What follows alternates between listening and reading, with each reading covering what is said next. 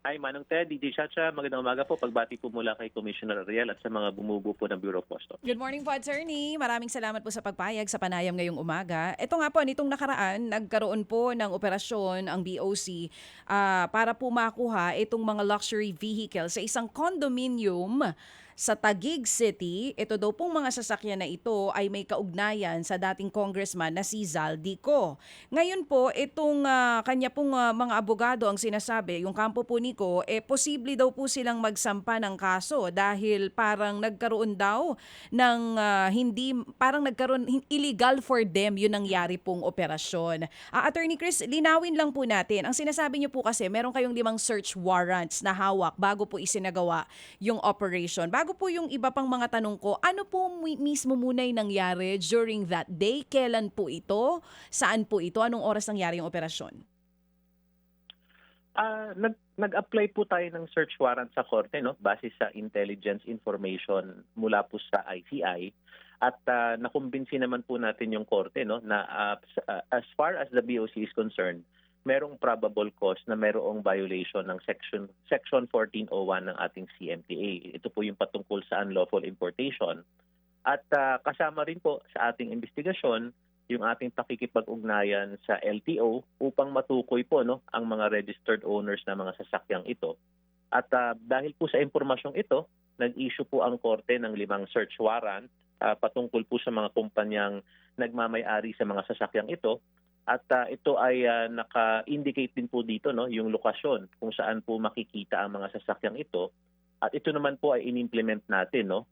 At bago po tayo nag-implement, Ma'am DJ Chacha, tayo po ay nagkaroon ng dialogo, no, sa mga abogadong nandoon, at mahigit 4 o 5 abogado ang nandoon. Andun din po ang mga barangay officials, andun po yung mga opisyalis po ng building, bukod pa po sa mga, andun din po yung iba't ibang ahensya, no, PNP, HPG, CIDG, LTO.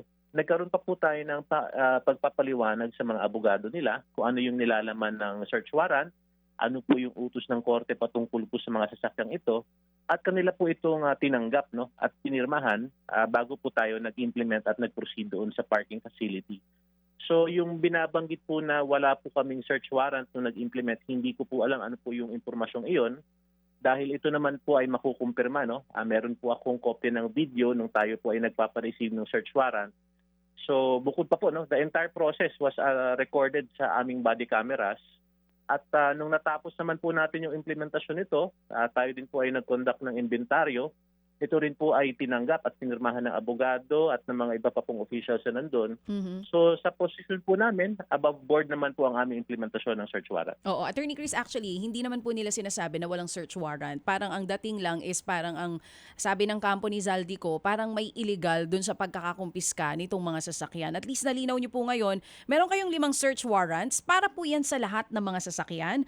Ano po mismo ang legal na basehan ng mga warrants na ito? Ano po yung nakalagay dyan mismo? Is yung pagkakakumpiska po ba may kinalaman sa illegal na importasyon? Smuggling po ba? Misdeclaration? Para saan po ito? Tama po, no? Meron po tayong 5 search warrant patungkol lamang po sa siyam na sasakyan, no? Ito po ay issued ng RTC Branch 41 ng Manila. Ito po ay addressed to any peace officer, no? At nakalagay po dito na for compelling reasons at after po examining yung mga evidence at mga witnesses na prinisinta po namin, nakumbinsi po ang korte na merong reason, no, to believe that a violation of Section 1401 in relation to Sections 102 and 1113 of the CMTA has been committed, no? So yan po ang naging basihan kung bakit po tayo nakapag-secure, at yun din po ang nilalaman ng search warrant. Violation of Section 1401. Pwede ba specific po tayo, attorney, para lang mas maintindihan natin? Ano pong violation ito mismo? Ang Section 1401 po ay patungkol po sa unlawful importation, no, dahil kasama po sa prinisinta natin sa korte ang isang sertifikasyon mula po sa ating MISTIG, no, ito po yung Management Information Systems and Technology Group ng Bureau of Customs, na wala pong entries ang mga sasakyang ito sa sistema ng Bureau of Customs. At dahil po dito, nagkakaroon po ng malakas na presumption na hindi po ito dumaan sa tamang proseso ng importasyon at wala rin pong kaukulang pagbabayad ng customs duties at taxes, no? So yan po ang naging basihan ng korte. Ito po ay may ebidensya ito rin po ay may mga testigong presinta kung kaya't nagkaroon po ng probable cause ang korte na mag-issue po ng warrant na ito. Okay. Ano-ano pong mga sasakyan yung nasa BOC ngayon? At pwede po ba namin malaman kung iisa lang po ba ang importers itong siyam na sasakyan o iba-iba po? Sa kasalukuyan, DJ Chacha, no, yan ay patuloy nating iniimbestigahan pa, no, dahil after nating na-implement ang search warrant, no, nagkaroon tayo ng actual na pagli-lift ng mga engine number at chassis number sa mga sasakyan mismo. So dito, with this information, pwede na tayong magkaroon pa ng mas maigting na pagsa-search, no, doon sa ating sistema. Baka kasi posible, no, and this is just hypothetical, baka po kasi posibleng ibang entry number ang ginamit at misdeclaration ang mangyari. So yan po ay kasalukuyang tinitingnan natin at makikita po natin doon kung iisa ba o marami bang importer ang ginamit ng mga kumpanyang ito. Oo, walang entry itong mga sasakyan. So yung case, kung sakali man na talagang matapos yung investigasyon nyo, will be doon po sa importer, hindi doon sa owner ng car, para lang po mas klaro? Magiging depende po yan kung ano po yung magiging findings natin, no? Kung sila po ba ay nagpadala po talaga dito, sila po ba ang talagang nagpasok ng mga sasakyang ito or dumaan po ba sila sa importer po? Okay po. So ano po ulit itong siyam na sasakyan na ito, sir? At lahat po ba ito nakapangalan kay Zaldico o sa mga kumpanya na may kaugnayan sa kanya? Sige po, sa unang tanong niyo po, ito po ay siyam na sasakyan, isang Rolls-Royce, tatlong Escalade, dalawang Lexus, isang Benz na van, isang Toyota Sequoia, at yung isa po na Land Cruiser yung hindi po namin dinatnan, no, dahil nung morning daw po ay nailabas na ito doon sa parking facility, no. Patungkol naman sa inyong tanong kung sino po ang nagmamay-ari, ito po ay nakapangalan sa iba't ibang mga kumpanya, no, na nakapangalan naman doon sa ating 5 search warrant. Yun po yung registered owners, kung kaya't yun po yung inaplayan natin ng mga search warrant. Meron po ba nakapangalan siya kay Zaldico? Wala po tayong nakitang nakapangalan directly kay Mr. Saldico. Ito po ay nakapangalan sa mga kumpanyang iniuugnay po sa kanya. Pagka po ganyan, na wala sa kanya mismo at doon lang sa mga kumpanya na iniuugnay sa kanya. So yung operation mismo itself, may kinalaman po ito sa flood control scandal or may nag-tip sa inyo na may mga nakapark na sasakyan na posible nga pong may problema sa importation permits? Yung dalawang bagay po yung inireport, no, at yun din po yung nagbulang intelligence information sa ICI. Ang nireport po sa kanila ayon kay General Azurin ay meron pong mga luxury vehicles na parang itinatago doon sa parking facility ng condominium unit na ito, no. Dahil yun nga po, no, napapansin nila na parang iniiba-iba yung pwesto, tinatakpan. So yun po yung unang suspetsa at ang dinagdag pong impormasyon mula po kay General Azurin ay suspetsa daw po nila baka po pag-aari nga daw po ni Mr. Saldico. Pero dun sa aming verifikasyon sa LTO, yun nga po, no, nakita natin iba ang registered owner at nakita rin po natin sa sistema ng BOC wala po siyang kaukulang import entry kung kaya't yun po, no, inaplayan po natin ito ng search warrant dahil papasok na po siya sa jurisdiction ng Bureau of Customs. Oo, sabi niyo po may nag-tip. Kailan po yung pagtitip na ito? So sa ICI po itinip ito kasi si Azurin po ang binabanggit ninyo. At gaano katagal bago po kayo nag-decide na kumbaga i-seize na itong mga sasakyan na ito? Yung detalye, DJ Chacha, nung parang informant po nila, siguro po sila ang mas maiging makakasagot, no? Pero as far as yung pong pag-relay ng intel information sa Bureau of Customs, actually po, before Christmas pa po ito na-relay. At in fact po, no, nag-prepare na po tayo to apply for a search warrant December 23. Kaya lang po, dinatna na po tayo ng holiday. Sinubukan pa nga po nating habulin sa korte, kaya lang di na po tayo umabot. Kaya po tayo itong Enero na lamang po nakapag-file po ng application po talaga natin. Oo, pero but since yung registered owner ay hindi mismo si Zaldico at ito nga po ay kumbaga hindi siya yung actual user nung kotse, mayroon po bang loophole doon? Kasi paano papalabasin natin dito? Beneficial owner siya ng mga sasakyan kasi konektado sa kanya yung kumpanya na nagmamay-ari ng mga kotse. Kasi ang assumption ko po dito, yung operasyon may kinalaman pa rin sa flood control dahil nga po the tip came from ICI, from Azurin. Well, yung conclusion na yan ay yung kumbaga yung connection na lang, yung linkage na ini-establish ng ICI, no? But to answer your question directly, ma'am, as far as the BOC is concerned, ang tinitingnan po talaga natin ay yung object, no? Kapag po ito ay Hmm. dumadaan sa importation process, hindi po talaga, kumbaga po parang bulag po ang BOC as to the political side or yung iba pa pong aspeto ng paglilink ng mga kumpanyang ito kay Mr. Saldico, no?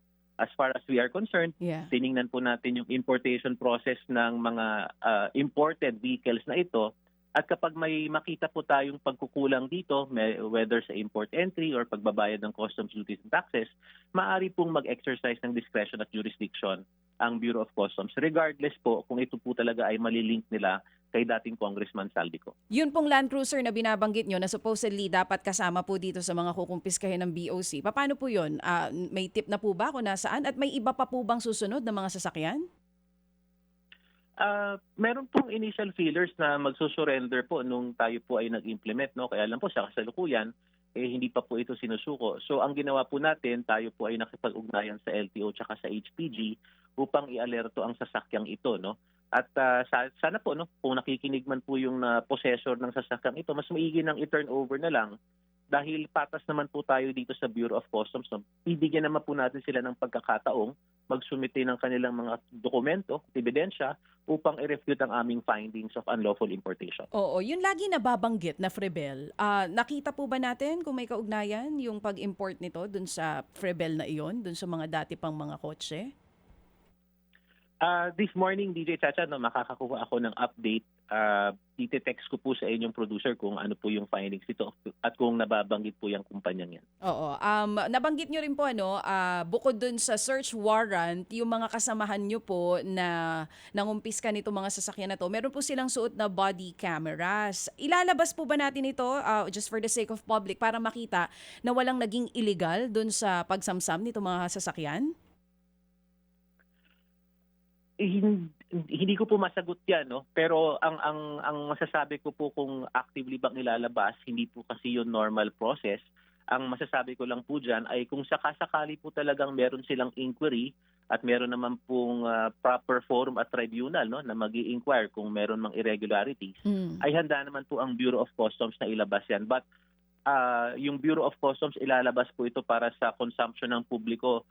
Tingin ko po ay baka po hindi maganda dahil may mga detalye din po yung ibang tao doon, no, na baka po mahagip, may mga personal information, yung plate number Right. ng ibang sasakyang nakaparada rin doon. Oo. But as far as the BOC is concerned, we are ready to present that if Oo. there is an inquiry as to the validity of the process. Oo, I forgot to ask Attorney Chris, pwede ba namin malaman kung ano exactly condominium po ito o hindi? Actually, DJ Chacha, no, yung search warrant natin ay patungkol doon sa parking facility na naka-attach sa condominium na ito, no. So hindi ko mabanggit yung pangalan ng condominium na Sige ito po. para naman Understand. din sa proteksyon ng kumpanya nito. Oo, understood naman po. May binabanggit din po sila, yung alegasyon na tinakot daw po yung driver, i-detain for 12 hours. Ano pong katotohanan dito? Again po, no, meron po tayong footage ng body camera ng entire process, no. So it can really easily refute yung mga ganyang allegations. Not to mention the fact na medyo hindi po talaga kapani-paniwala yung kwentong ito, no, dahil nag-i-implement po tayo para sa Siam, pero ang sinasabi nila meron pa palang 34 na sasakyang nandun. So kung patututuhanan po natin yon, parang inaako na rin po nila na may iba pa pong sasakyang nandun, no, na papasok dito sa mga isyong ito. So, unang-una po, again, karapatan naman nilang magpahayag ng kung ano man, kaya lang po meron naman po tayong ebidensyang magsasalita at magpapatunay na wala pong ganyang kaganapan. So hindi totoo na na-detain yung driver. Ano po ba standard procedure pagka ganyan? Kunwari dun sa kung may inabutan kayo na driver dun sa mismong area. Ang pag-implement po ng search warrant, TJ Chacha, no, kung mapapansin po natin ang title po nito, registered owner at yung possessor po, no, ng subject na pinapaseize po ng korte. So kung sino po ang datnan natin doon sa vicinity, doon sa area kung saan po tayo may seize na item, ay pagpapaliwanagin po natin siya at ipapaliwanag po natin yung linalaman ng search warrant, ano po yung utos ng korte na kailangan po naming isisas bitbitin ng mga sasakyang ito sa pabalik ng korte. At yun naman po ay hinihinga natin ng kooperasyon. So again, hindi ko po alam po ano po yung sinasabi ng pagdidetain kasi nandun po tayo pagdating ng personal ng Bureau of Customs, naka-body camera po kami at wala po akong nakitang personal na ganyang senaryo na may pagdidetain at pamimilit na pagkuha ng mga susi. Attorney, makikisingit lang po ako kay Chacha. Meron kami nakikitang video noong Ferrari. Hindi niyo ho nabanggit ito, pero doon sa paradahan po sa ICI, kasama siya. At pati sa video ho ng pag-alis doon sa condo, siya rin po yung minaneho. Ano po iyon? Tama yan, Sir Ted. During the implementation of the search warrant, gaya po ng aking nabanggit, kasama po natin ang HPG at ang CIDG. At habang tayo ay nag-implement, meron po sila inadvertently, nakita po nila yung ibang mga sasakyan at meron po silang mga binabanggit na may violations at naka-report po ang mga sasakyang ito sa ibang region pa nga po sa aking pagkakaalala. So based on that, during the implementation of the search warrant, dahil meron na pong plain view at nakita nilang meron pong ibang vehicles na may violation, nag-decide din po sila na i-operate at i-seize po ang mga ito. So ang makakasagot po siguro na mas maiging detalye, Sir Ted, would be siguro po HPG or CIDG. Opo. Kung ano po yung naging violation ng mga sasakyang ito during the implementation of the search warrant. Opo. Para lang po, attorney, liliwanagin ko lang sa ating mga tagapakinig, baka kayo nagtataka, kailan ho ito nangyari, attorney, na pagkuha doon sa condo? Kung di po nagkakamali, Sir Ted, January 8 po ito, Okay, January 8 pa ho ito nangyari. Ngayon po ay Enero 14 na. Baka na kayo nagtataka, Ted, lumang balita na yan Siguro wala na kayong maibalita, wala na kayong ma-interview, hindi po. Ito ngayon ang bago na ating pag-uusapan sa puntong ito. Itong ngayon, kaya kami tumawag kay attorney kasi magmula nung nangyari ito, ngayon po ay 14 na, ilang araw na po nagdaan. January 8 ho ba, attorney? Sa pagkakaalam ko po, Sir Ted. Okay. 8, 9, 10, 11, 12, 13, and 14 ngayon. So assuming po dumaan itong mga weekdays po na may trabaho, may mga plate number ito 'di ba? Yung iba. So sa LTO, ano ang sabi ho ng inyong counterpart doon? Totoo po ang plate number, hindi fake. Tama po, registered po ito. Okay. So parehong-pareho ito ng Diskaya cars. Tama, Sir Ted, in fact, ongoing pa yung ating pagkakalap ng impormasyon sa LTO.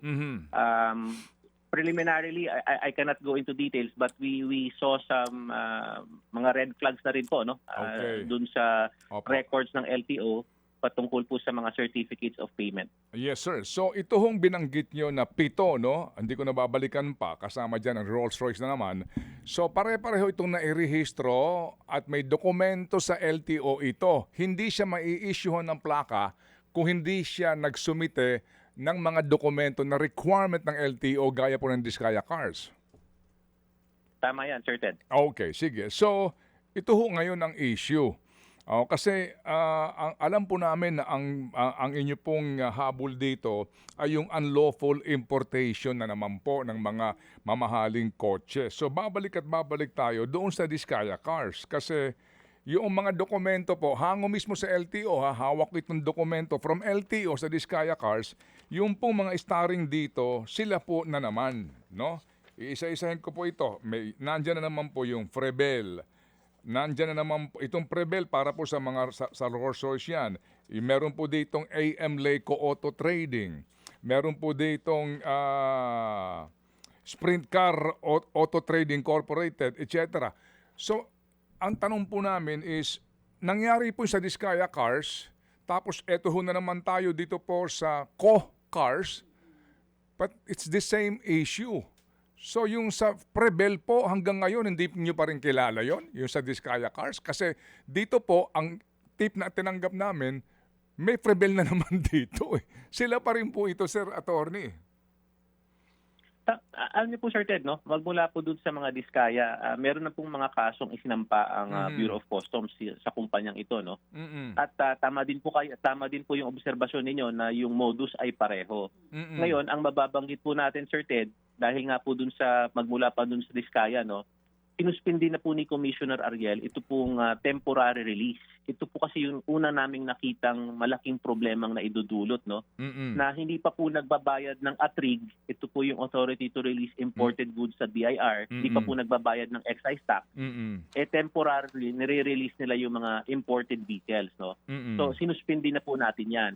Ikalawa po, meron na po tayong mga bagong pulisiya kasama po ang LTO patungkol po sa pagre-rehistro, no? Nandiyan na po yung pag-implement nila na kapag po may mahigit 5 million po yata pataas, sa LTO Central Office lang at dapat po magtutugma yung port of entry doon sa office ng LTO, no, kung saan po magre-rehistro. So sa pamamagitan po ng mga bagong pulisiya at mga procedures na ito, Sir Ted, ma-avoid na po natin yung ganitong modus, no. Ito po mga importations na to happened years ago at yun po yung nakikita natin mga kumbaga process issues, no, na dapat inayos na po noon pa at na-issuehan naman po natin ito ng mga amyenda. Opo, sige po. Very good, sir. Pero, attorney, yung sinasabi po ninyo na may mga kinasuhan na, alam po natin, ito pong trading ng kumpanyang Frebel, kaninyo, sinuspindi na ito. Pero, yung pong usapin ng pagkakaso sa mga ito, sinong kinasuhan nyo po sa Frebel? And then, yung sinasabi po ni Commissioner Nepomuceno na yung kanila pong pagbabacktracking, saan port ito dumaan, sino ang nag-aproba sa certificate of payment na malamang fake para ma-release kasi hindi naman po hahantong sa mga garahe nila saldi ko yan kung hindi yan dumaan muna sa port ng Bureau of Customs. Tama yan, Manong Ted, no? Kasama yan. Itong sa mga sasakyan na iniuugnay kay Mr. Saldico, kasama yan sa ating binabacktrack, no? Ano po ba yung port of entry na pinagdaanan ng mga sasakyang ito? Doon po sa mga nakaraan, Sir Ted, no? Kung naalala natin, ito po yung nababanggit natin tungkol sa Bugatti. Meron pa rin po tayong iniintay pa pong dokumento. Alam niyo po, Sir Ted, napakamasalimuot po talaga, no? Gaya po ng pag-describe ni Commissioner Ariel. At ayaw naman po nating magkamali, no? So meron pa po tayong iniintay na dokumento mula po overseas, no, upang talagang ma-establish ang trail ng mga sasakyang ito dahil hindi po tayo makakadepende lamang sa impormasyong generated sa bureau kung compromised po, no, may potential na compromised po yung impormasyong ito. So dahil dyan, dumulog na rin po tayo at humingi na rin po tayo ng tulong sa NBI para po sa mga forensics, no, ng ating mga systems. Bukod pa po dun sa binabanggit ko pong dokumento. As soon as makuha po natin yan, Sir Ted, we can be more definite with the findings as to the investigation. Now, as to the persons liable, Sir Ted, alam niyo naman po yan, no? Kapag po korporasyon, talaga pong we are limited to the corporate officers unless we pierce the veil, no? And kung makikita po natin, magkakaroon po tayo ng ebidensya as to the beneficial owners ng mga kumpanyang ito, doon lang po tayo magkakaroon ng pagkakataong habulin ang mga personalidad na lumalabas po, no, na nagmamay-ari ng mga kumpanyang ito. Sige po. So, kung babalikan ko yung Diskaya Cars, if you are just familiar na po, attorney, ilan po talaga doon ang nazis ng gobyerno kasi nga smuggled siya? Practically po, ipinuslit siya. Doon sa ating dinatnan sa garage, Sir Ted, no, 13 po ito. Ito po yung nakita po talaga natin na wala pong import entry at certificate of payments, no, or meron mang certificate of payment, problematic po ito, no. At na-auction na nga po natin yung iba dito.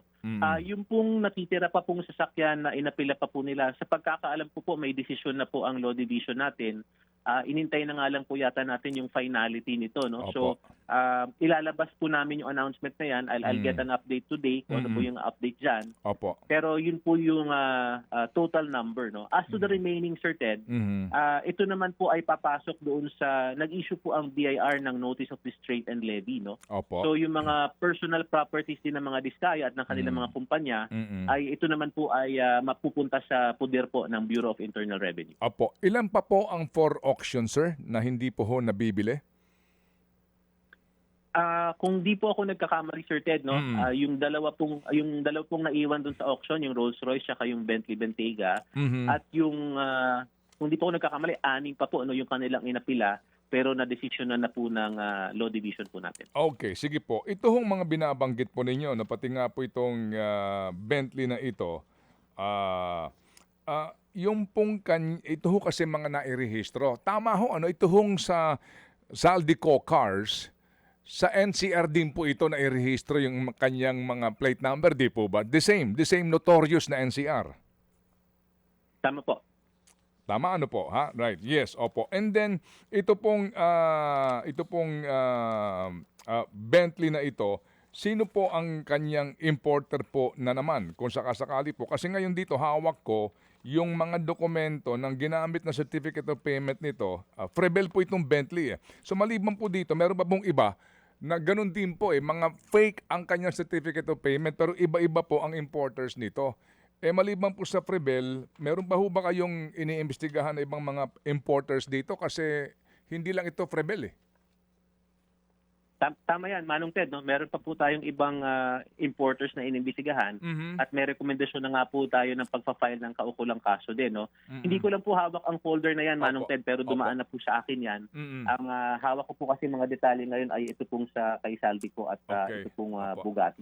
Sige po. So, it is safe to say now na after about a week, magmula kayo'y nagsumalakay dito at na-implement nyo po itong warrant na ito, safe to say now na yung modus nung Diskaya Cars, ito rin yung modus nitong Zaldico Cars sa kanyang importasyon. Masasabi natin yan, Sir Ted, no, na may pagkakapareho itong modus na ito. Yung pong pagkakaroon ng problema sa ATRIG, no? Yung pong pagbabayad ng excise tax, yung pong nakita natin na provisional release ng mga sasakyan bago po na-rehistro. At yun nga po, no, may nakita na po tayo na mangilan-ngilan na doon sa mga fraudulent na certificates of payment. Yan po ang nakikita natin at na-observe po natin sa mga sasakyang ito. Opo, pwede ba sabihin natin na makukumpirma ho ninyo ang iba dito, Frebel na naman? Ilalabas ko na lang siguro, Sir Ted, Okay. pag nakumpleto po natin. Sige, no? okay. Pero Opo. I hope you understand na Opo. Sige po. kumpletuhin ko po muna yung investigation process. Opo, pero pareho po yung modus. Dito rin nakakuha ng plate number ito kasi nga ang kanyang plate number original, totoo. Pero yun nga po, nairehistro po ito sa LTO NCR na naman using ng mga fake na mga certificates. Tama po, Sir Ted. Tama po yung obserbasyon na yan. Opo. Sige po. Ngayon, sige. So kami po aantabay sa inyo po magiging follow-up na report po sa amin dito para lang ho talaga natin maunawaan po, attorney, no, na seryoso kayo sa customs kasi maaari po kasing ngayon na naman, ito ho, pinag-uusapan natin to, pero patuloy pa rin po ang operasyon nitong mga smuggler na ito. Mag-iiba lang sila ng pangalan, attorney, hanggat hindi natutumbok sino ba ang mastermind sa customs. Kasi hindi ito, sorry attorney sorry po, hindi ito kasi makakalabas dyan Kung hindi may pumapayag, sino yung mga pumapayag na yan? Yan pong gusto namin malaman. Alam niyo po, Sir Ted, no? Hindi niyo po kailangan humingi ng paumanhin dahil yung obserbasyon yan ay obserbasyon din po namin. No? Hindi po ito paghuhugas ng kamay na nangyari po ang mga ito bago po ang administrasyon ni Commissioner Ariel. Pero kami po ay aware po dyan. No? At ginagawan po natin ng solusyon yan kung kaya't marami na po tayong mga policy changes. Dahil nakita po natin problematic po yung dating gawi. No? So dahil po sa ginagawa natin, maasa po tayo, no? Makakaiwas na po tayo sa pagpasok ng mga ganitong sasakyan na hindi po dumadaan sa tamang proseso ng pagbabayad ng ATRIG, ng ating excise taxes, at ng ating customs duties and taxes. Opo, sige po. Sir, ito lang po, maisingit ko lang, itong cigarette smuggling, parang sunod-sunod ang inyong panghuhuli dito. Sino promotor nito at saan galing itong mga smuggled cigarette na ito? Tama rin yung obserbasyon nyo, Sir Ted. No? Sunod-sunod po yung ating naging mga operasyon dyan. Pero ang nakikita po kasi nating posibleng nagiging modus dyan, Manong Ted, no? Ay hindi po dumadaan sa ating ports. No? Ito po yung tinatawag nating outright smuggling. No? Kasi dalawang aspeto po kasi yan, no? Yung technical smuggling tsaka outright smuggling. No? Sa amin pong palagay, dahil po pag nakita natin yung mga brand na mga sigarilyong ito, no, ay kakaiba yung mga pangalan, at hindi po ito naoobserbahan sa ating mga ports. No? Having said that, mas pinaiigting po natin yung ating monitoring kasama po ang Philippine Coast Guard, Nandiyan na rin po yung ating Highway Patrol Group dahil nagiging delivery po yung ating mga containers na nagkakaroon po ng presumption na valid yung transaksyon at nagmumukha pong galing sa port, no? So pinaiigting po natin yung ating monitoring ng coastline kasi po admittedly yan din po ang isang problema po natin, no, being an archipelago. Marami po talagang parang exposure points, no? Nandiyan na po yung coastline, nandiyan na po yung private ports. Pero patuloy naman po nating minomonitor yan at binabantayan po natin itong pagpasok ng mga illegal na sigarilyong ito. Anong mga brand nito? Para kasi mukhang ito ibinabaksak sa mga probinsya. Kasi yung brand niya hindi mga kilala. Para doon sa mga bumibili ng sigarilyong ito, malaman nila smuggle dito. Tama yan, Manong Ted, no? Again, pasensya na po, hindi ko po napaghandaan itong mga tanong na to. Sige, But I will lang. text the names of the cigarettes po, no? Kasi meron bang ano doon? Kasi na naman, itong pobreng sari-sari store owner sa probinsya, baka silang binabaksakan nito, di ba, sa retail nito. Pag ganun ho, paano yun? Kasi ang consumer dito, mga Pilipino, and then smuggled nga po ito, hindi nagbabayad ng buwis at di mo alam kung saan galing sigarilyo na yan. Tama yan, Manong Ted, no? Ito, may nahanap po akong note sa aking journal, no? May brands po dito, Carnival, Marshall, Modern, Lopato, no? Again po, ito po ay mga kakaibang pangalan at hindi po natin ito nakikita normally, no? So, ito pong mga brands na ito, talaga pong tingin po namin, ipinupush din sa ating coastline or baka po sa mga private ports. Opo. Sino smuggler niyan? Sino? Ang lakas ng loob naman, attorney. Hindi ba? Ang lakas. Sino na naman ang smuggler nito kaya? Yan ay isang bagay na patuloy nating iniimbestigahan, Manong Ted, no? At tama po kayo, ang lakas ng loob. Dahil meron na po tayo yung anti-economic sabotage, no? At clearly po sa mga seizures po natin, mabibreach po yung threshold nito na 10 million, no? So talaga pong napakatapang ng sindikatong ito, pero ganun pa man, patuloy po nating babantayan at huhulihin ang mga ganitong diskarte. O sige po, makikiantabay din po kami sa inyo pong mga kasong isasampa dito kasi sa pagkakatanda ko, yaang Anti-Agricultural Smuggling Act na yan, pati yung nagmamaneho ng truck na yan, kulong yan ang penalty niyan, mga nasa 20 taon din ata pagkakakulong. Tama yan, Manong Ted, no? Lahat po na may kinalaman, pati po kung halimbawa, bodega, no? Kung talagang ma-determine natin, tama po, kung ma-determine natin na dumaan po ito sa customs, no? Pati po yung mga pumirma ng mga clearances niyan, ay kasama po sa mga mananagot at may liability sa ilalim ng batas na ito, no? So, patuloy po natin babantayan yan at kung meron po tayong update at magandang resulta sa ating investigasyon, makakaasa po kayo, magpo-provide po kami ng details. Opo, sige po, hindi ho kami nauubusan po ng kumbaga pag-asa po sa customs na may mangyayari siyang pagbabago, attorney. Alam po namin kung kaano kabigat ang inyong problema, yun po lamang sa amin. Yung totoo na talaga pong may kakasuhan dito po sa smuggling na ito. Particular po itong Diskaya Cars at itong Saldico Cars na ito kasi same na naman po ang modus pero hanggang ngayon po wala kami nakikita na humaharap sa hearing na mga muka ng Prebel na ito at ilang pang mga importers po, attorney. Okay, sige po. Makakaasa naman kayo dyan, Sir Ted, no? Again po, alam po namin yung problemang hinaharap po namin. Hindi po kami nagpapalusot dito. Araw-araw po ginagawan po namin ng paraan at solusyon ang mga nakikita nating problemang yan. Salamat po na marami, attorney, sa inyo pong panahon sa aming programa. Mga kapatid, brothers and sisters, saan ka pa? Dito na tayo sa totoo.